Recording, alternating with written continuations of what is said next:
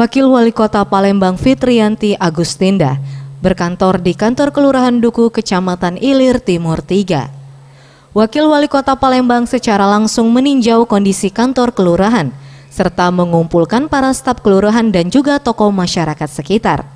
Dari hasil tinjauannya ini, Finda mengaku dari semua kantor kelurahan yang ada di Palembang, masih banyak yang membutuhkan perbaikan infrastruktur dan salah satunya kantor Lurah Duku.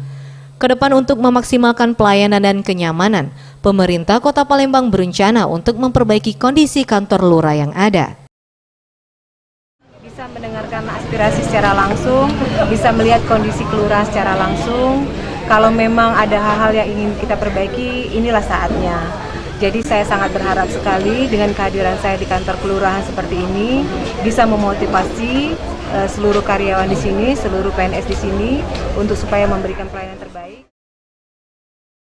Dalam kunjungannya ini juga, Finda melakukan pendataan staf kelurahan yang masih berstatus tenaga kerja sukarela atau TKS yang telah mengabdi puluhan tahun untuk diajukan menjadi staf honorer agar tingkat kesejahteraan para staf TKS ini dapat lebih baik sehingga pelayanan yang diberikan kepada masyarakat pun menjadi lebih maksimal.